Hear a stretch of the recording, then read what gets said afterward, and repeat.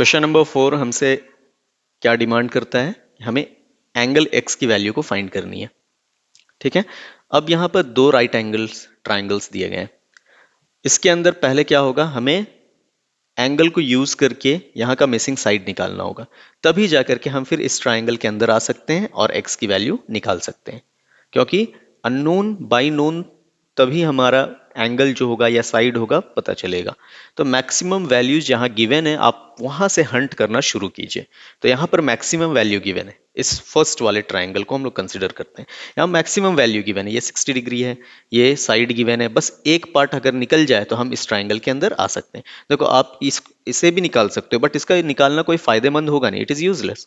क्योंकि बाहर के पार्ट को हमको जानना नहीं है, हमें क्या करना है, अंदर आना है, इस ट्राइंगल में एक्स के पास आना है। तो हम ये साइड को निकालेंगे तभी जाकर के हम इस पार्ट पे आ सकते हैं।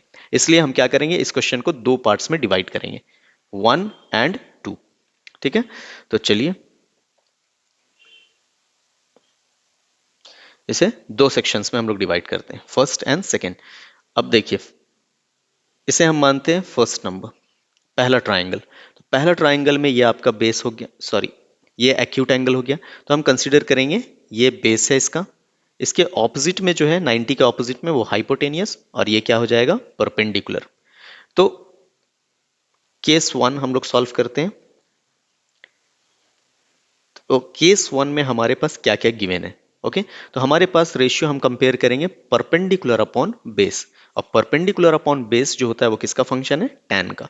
तो एंगल कितना गिवन है, angle is given to be 60 degree. तो आप उसे लिखिए, tan of 60 degree will be equal to perpendicular upon base. This implies that tan of 60 की वैल्यू कितनी होती है, तो हमने अभी लास्ट क्वेश्चन में बनाया था, tan 60 जो होता है वो √3 होता है। परपेंडिकुलर की वैल्यू कितनी है, दैट इज 30, आप पुट कर दो 30 अपॉन बेस, नॉट गिवन तो मान लेते हैं b, वेरिएबल फॉर्म में।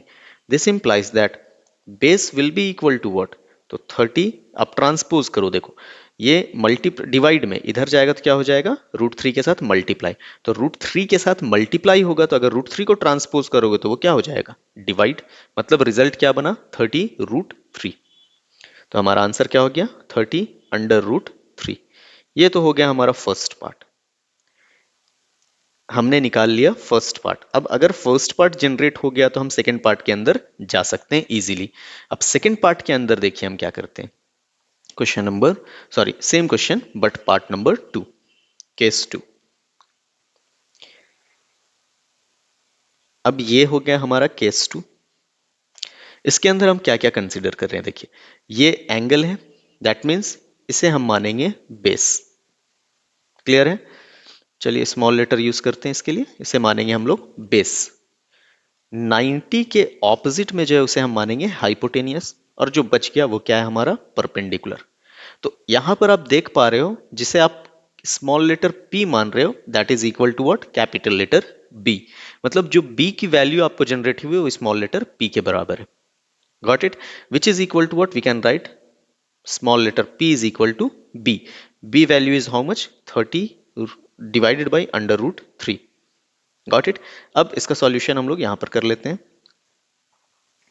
क्या है गिवन हमारे पास, तो अब देखिए आप रिलेट कीजिए नोन बाई अननोन।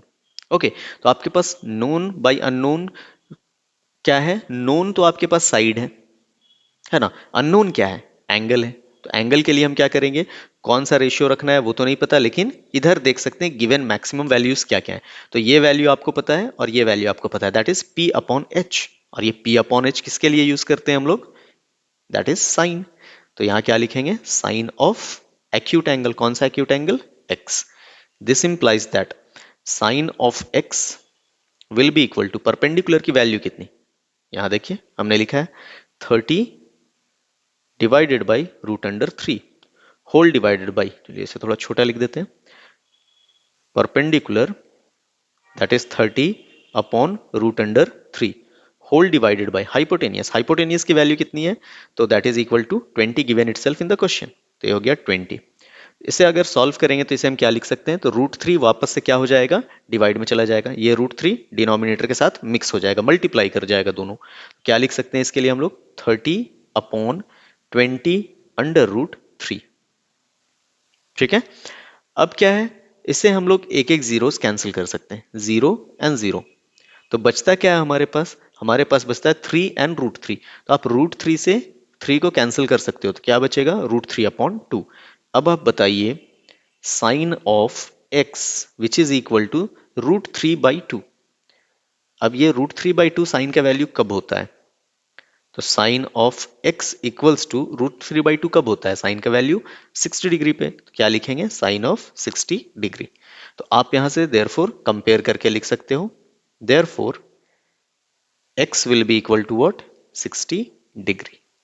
ठीक है, तो ये इजी हो जाएगा अगर दो पार्ट में करके हम सॉल्व करते हैं तो। क्लियर है।